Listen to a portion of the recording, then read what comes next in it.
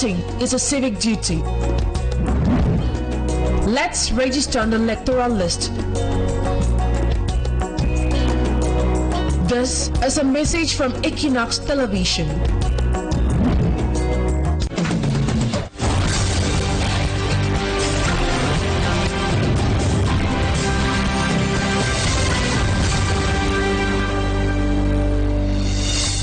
Hi sir, to all of you viewers of Equinoxe Television, it's time for the news. In the English language, thank you so much for being with us tonight. Our magistrates right away. Circulation paralyzed today on the Bonapupa-Yabasi stretch of road as part of the newly constructed road collapsed at about 4 a.m. today. The road, which was still to be handed over officially to the state, costed Cameroon some 39 billion francs CFA. Why do some roads constructed in Cameroon get completely bad few months after the works are completed? We attempt an answer in this news edition. Plus, insecurity on the rise in most neighborhoods of the economic capital, Douala. The senior divisional officer for the Buri bans the circulation of commercial motorbikes in Bonaprizo and Bali from 6 a.m. to 6 p.m. following an assault in which at least one person was killed. Those are our magistrates. Details when we come back.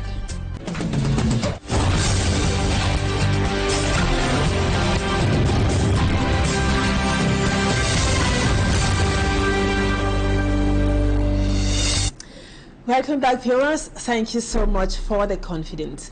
We told you in the headlines, residents of Douala are raising deep concerns about the security situation of several neighborhoods. Their cries coming at a time when some got killed with others injured by unidentified armed men. The most recent of such attacks was at the Bali neighborhood, here in the Douala 1 subdivision, where a native of the area got stabbed to death by armed individuals who were on board a motorcycle. Immaculate Fogwe reports on the security situation of the city of Douala. The city of Douala is now considered by some city dwellers as a red zone, given the surge in cases of attacks orchestrated by unknown armed individuals. Several inhabitants say they have been victims of attacks, a situation that has made them to constantly live in fear. Recently, a filling station found in New Bell in the Douala 2 subdivision got attacked by a gang of young men commonly known as Les Microbes. The boys, armed with daggers and machetes, attacked the gas station attendants while ripping them off all the money they had on them. The scene was captured thanks to the surveillance cameras installed at the gas station. Another violent scene was recorded in Bali, a neighborhood in the Douala 1 subdivision. A native of the area, whose name we got as Pierre Kunz, got stabbed to death by two individuals who were on board a motorcycle. The neighbors got alerted by the scream of the victim. Upon arrival, the victim had already lost a lot of blood while lying unconscious. He was later confirmed dead at the hospital. These are just some of the many cases of violence recorded in Douala. A security expert gives reasons for the surge in attacks. L'insécurité dans la ville de Douala. Every now and then, we hear about people being killed or injured by thieves. There are some neighborhoods where people are even attacked during broad daylight. I think they need to enforce security. Before, security officers often carry out patrols in neighborhoods as from 8 p.m. But now it's not the case. They now rather prefer moving from one snack to another to get bribes from snack owners. So what are you expecting? On les voit plus dans les bars, les boîtes de nuit, les snacks. He further proposes a way out of the current situation. D'autodéfense et de sécurité. Vigilante committees have been created in several neighborhoods. However, most of them are not trained and they don't even have sophisticated arms which could be used to deter bandits from coming to their area. The daily patrol that used to be carried out in neighborhoods needs to be effective for peace to reign. In the most recent outing, the senior divisional officer for the Uri division prohibited the circulation of motorcycles in Bali and Bonaprizo from 6 p.m. to 6 a.m.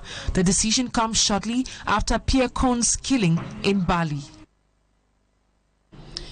Meantime, circulation was paralyzed on the Bonapupa-Yabasi stretch of road today after part of the newly constructed road collapsed that was at about 4 a.m. The newly constructed road costed Cameroon some 39 billion francs CFA, and the governor of the littoral region was in Bonepupa today to take stock of the situation. Mala Glory tells us more in the report which comes up next. It was in the early hours of this Wednesday, August 14, that part of the road linking Bonepupa to Yabasi in the littoral region collapsed. A pickup truck, they say it belongs to the Yabasi Municipal Council, could be seen trapped in the rubble. The governor of the littoral region, Samuel Jidene Ivahatiboa, informed of the situation, immediately arrived at the scene, and according to him, it is caused by the heavy rains that has hit the region recently. The rainy season in the littoral region is one of the cause of this destroy of roads, and we can say that the government have already taken some measures because the engines are already coming to intervene at this place.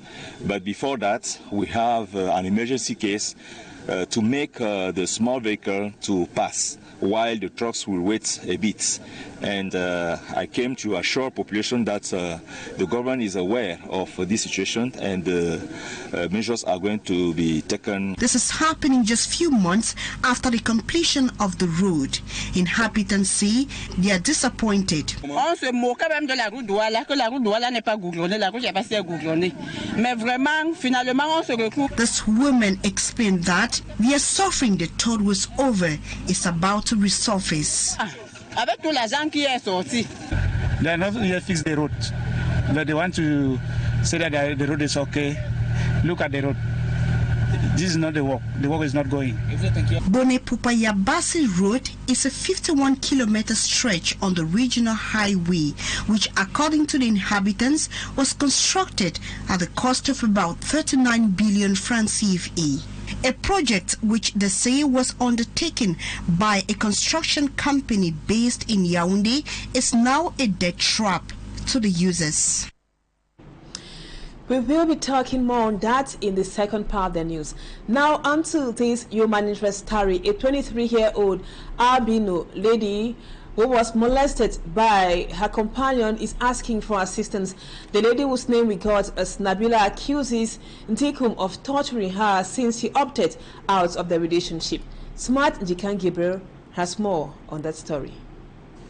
At the residence of 23-year-old Nabila, we met with her brother, a member of the Albino Association, thinking about the next step to take, as doctors have now told Nabila to go for a surgery for a broken arm. I have moved from one hospital to another, and all are giving me the same results, to operate my hand. He also blinded my right eye and destroyed my telephone. He is not even sorry about what he did to me. Nabila was beaten up by a supposed lover by name Ndikum, as the lady insisted on leaving a relationship which is filled with bitter memories, though the mother is against it. The worst thing is that my biological mother is supporting him because she is disturbed about who will take care of the child if the father is locked up. I was fed up of him maltreating me, so I went to his house to collect the birth certificate of my child so that he can live our lives. In several attempts made by Equinoxe television at getting the version of the accused, he rejected our calls. A member of the Albino Association in Douala, who was with Nabila at the Court of First Instance in Douala on Tuesday, told us, "My main objective is for justice to be done. The reason why I accompanied her to the State Council, the man should be arrested and condemned, as the State Council mentioned. If he is allowed, then albinos will be in trouble in Cameroon." The daily maltreatment that Nabila went through didn't go unnoticed, as the brother told us. "The father of her child and I almost fought the other day, but I can't take the law into my hands. Let justice take its course. It's a worrying situation." With a summon already addressed to Ndikum to appear before the court, many are hoping that this time around the justice system of Cameroon would render satisfactory results to the victim, Nabila. Now let's talk about some of the effects of the war in the northwest. and Southwest regions. For over 15 years now, the Regional Multipurpose Youth Center in Alaliya in Kwen Northwest region, precisely in Bamenda, has been abandoned. The buildings are in a poor state and inhabited most often by internally displaced persons. The locals put the blame on the present mayor of the Bamenda 3 Council for neglecting the objectives or purpose of the center. However, Mayor Fongu Kletu says the problem is at the level of the region and not at the level of the council, as Lucy Liengu Isia tells us in this report. The abandoned Regional Multipurpose Youth Center in Alaliye Quarter in Kwen is a major concern for local residents and community leaders. The buildings of the center are now dilapidated, an environment for waste disposal, and a refuge for internally displaced persons. Everything shattered since the death of the former mayor of Bamenda 3, who initiated a project for the construction and realization of the center, according to residents in the municipality. We thought it would go a long way to help the young people around here, around the municipality, to be able to learn some vocational skills and to make the center function properly.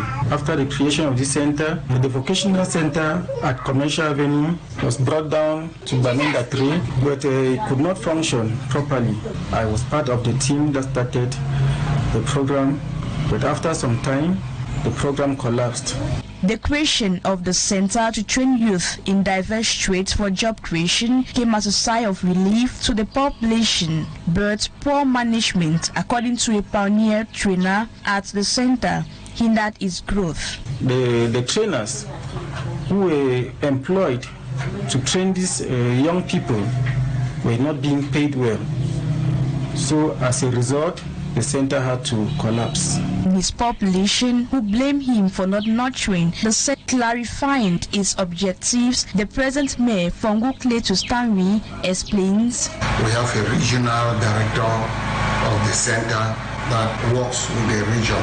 What we can only do is to collaborate with him to enable certain activities more. That notwithstanding, we have written several letters, we have submitted several projects for the rehabilitation of that center, and the response are still awaited. However, there are hopes that the center will be rehabilitated to foster youth development in Bamenda 3 and the entire Mezam division and its environs, a fruit of collaboration between the Bamenda 3 Council and the regional director of the center. Now let's talk about the UN Security Council, which is going on in the US of A. The UN chief says it's time Africa had a better representation at the UN Security Council. For me, Armstrong Sanda tells us more. African continent, through the African Union, has long lobbied for 2 permanent representatives at the United Nations Security Council, a position which has repeatedly been echoed by African Union members in almost every international gathering on security issues. Seeing reason with the African continent, the United Nations Secretary General Antonio Guterres stepped in an address to the UN Security Council on Monday. And the world has changed since 1945. But the composition of the Council, despite a few changes, has not kept pace. In 1945, most of today's African countries were still under colonial rule and had no voice in international affairs. This created a glaring omission that has remained unresolved until now. There is no permanent member representing Africa in the Security Council, and the number of elected members from the continent is not in proportion to its importance. Calling the non-inclusion of Africa in the UN Security Council as global injustice, the UN chief scribe said the views of the African continent on global issues cannot continuously be undervalued. We cannot accept that the world's preeminent peace and security body lacks a permanent voice for a continent of well over 1 billion people, a young and rapidly growing population, making up 28% of the membership of the United Nations. Nor can we accept that Africa's views are undervalued on questions of peace and security, both on the continent and around the world. The United Nations Security Council's permanent members are China, France, Russia, the United Kingdom, and the United States of America since 1945. 10 non-permanent seats on the council are allocated by regions, but unlike the 5 permanent members, they do not have veto powers. With 55 United Nations member countries and well over 1 billion inhabitants, the African continent is also asking for 2 non-permanent seats at the UN Security Council. The debate on Monday was convened by Sierra Leone and its president, Julius Maada Bio, to make the case of the African continent. Now let's take you out of our national territory. Several opposition leaders from Tanzania have been released following mass arrest that occurred following a youth gathering which was prohibited. And the African Union Health Authority has also declared a public health emergency following an outbreak of monkeypox in some West African countries. Details with Cedric Chakutu. Several leaders from Tanzania's primary opposition party, Chadema, along with hundreds of their supporters, were released on Tuesday following mass arrests that occurred due to a prohibited youth gathering in the southwestern region of the country, as reported by both police and a party representative. Over the course of Sunday and Monday, authorities apprehended more than 500 supporters of Chadema, including the party's chairman, Freeman Mbowe, and vice chairman, Tundu Lissu. Human rights organizations have condemned the arrest, with Amnesty International stating that they are intended to intimidate the opposition in anticipation of the local government election scheduled for later this year and the national election set for 2025. Authorities prohibited the gathering in the city of Mbeya that the youth wing of Chadema intended to conduct on Monday, citing concerns that it could potentially disturb the peace. Police Commissioner Awa Haji stated late on Monday that they will not allow a small number of criminals to undermine peace by emulating the unrest occurring in neighboring countries, likely alluding to the recent youth-led protests in Kenya that have sparked similar demonstrations in Nigeria and Uganda. Elsewhere, the African Union's Health Authority on Tuesday declared a public health emergency over an outbreak of pox whose spread has been on the rise since July. In an online briefing on Tuesday, the head of the African Centers for Disease Control and Prevention, Jean Kaseya, called for aggressive efforts to tackle the outbreak. According to CDC data as of August 4th, there had been 38,465 cases of pox and 1,456 deaths in Africa since January 2022. As that report brings us to the end of the first part, the news talking point comes up next. Stay with us.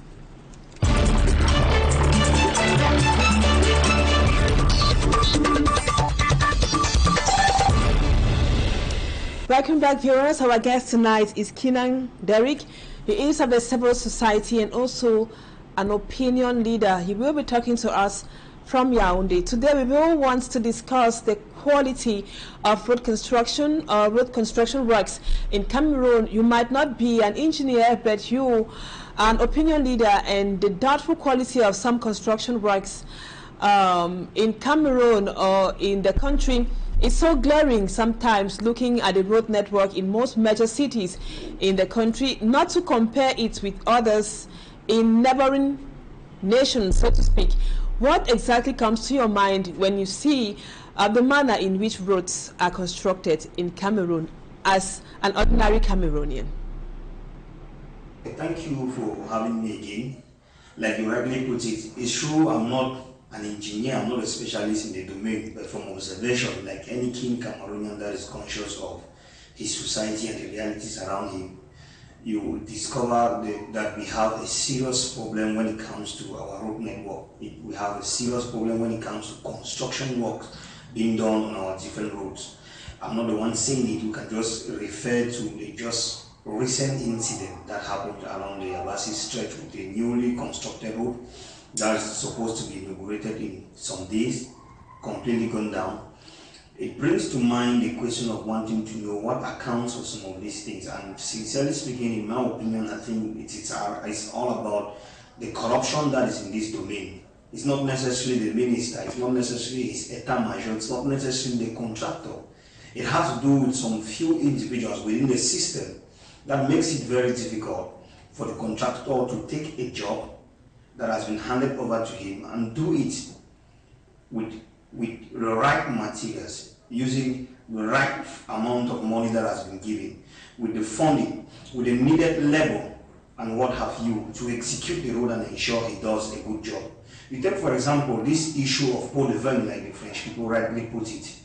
You take a contract, maybe it's 5 billion, but somebody somewhere before you deposited your document was asking for a certain percentage that you must give. When you are selected, there is a certain percentage again that you must give. When you are executing and it gets to a particular level, you even have the need to have the rest of your money. There is somebody somewhere in charge of wanting to make it go through that you need to give percentages to.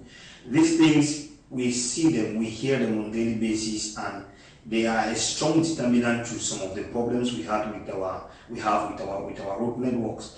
You also want to talk about issues related to climate, the environment. It's true. Most often there is feasibility studies that needs to be taken before road construction. But you know, climate has to do with something that is like a force majeure.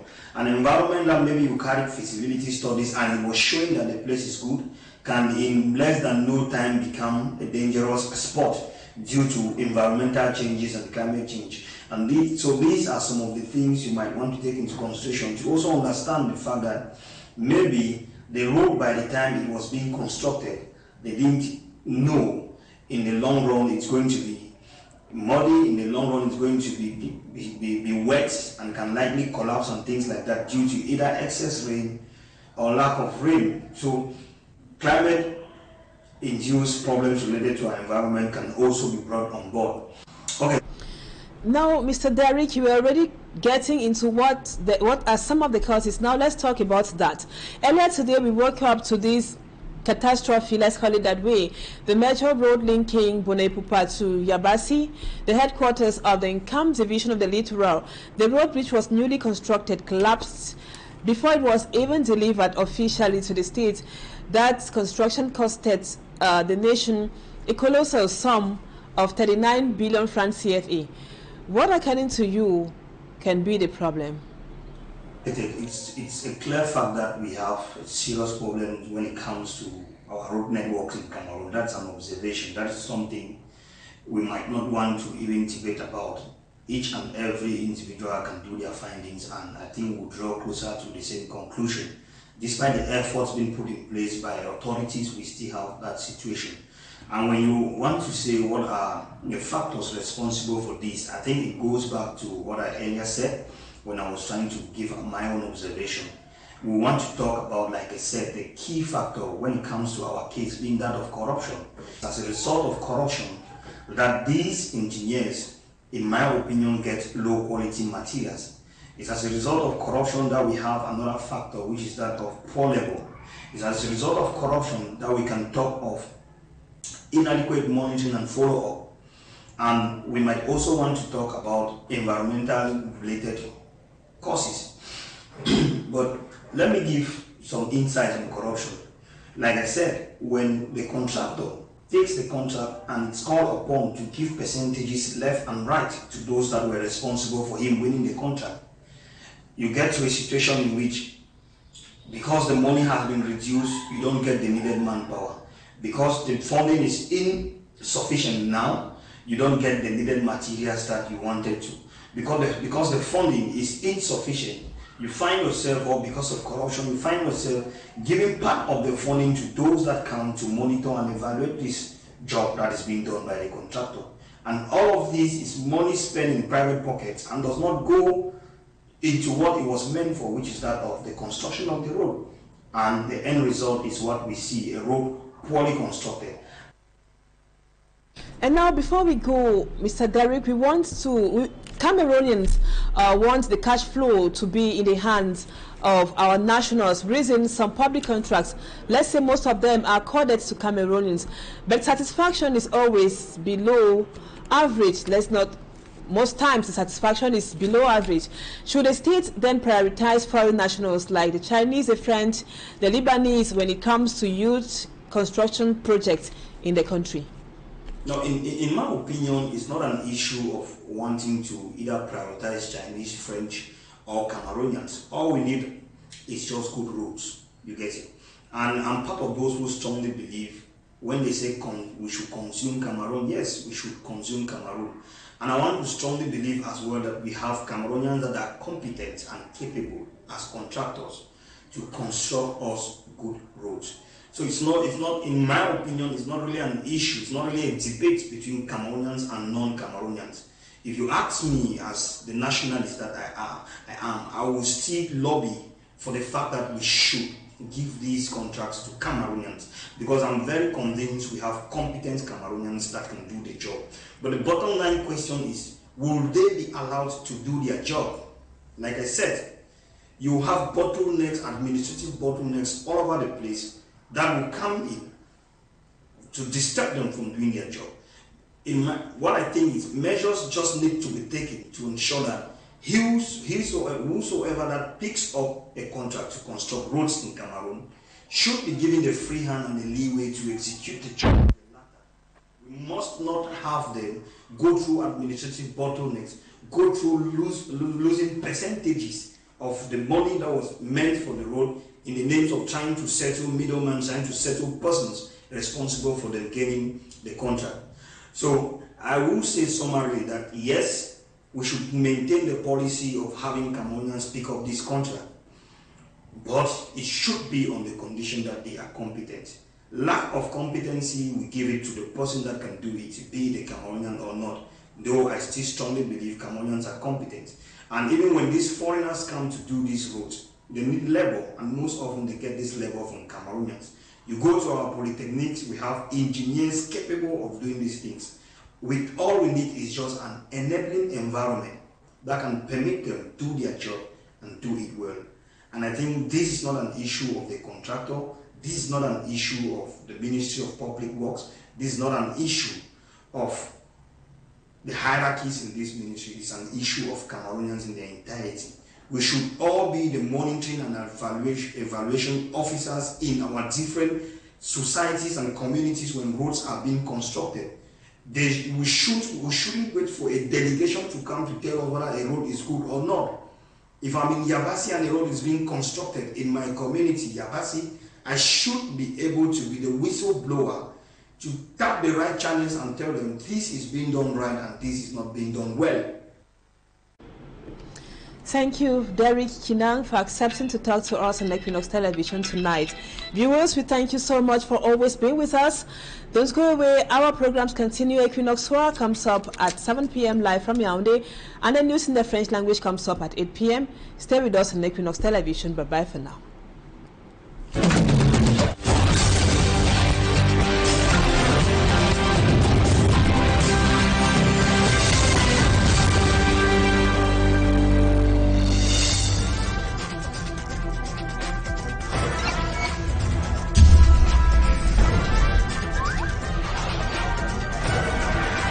Equinoxe Télévision, au-delà de l'image, nous rendons compte.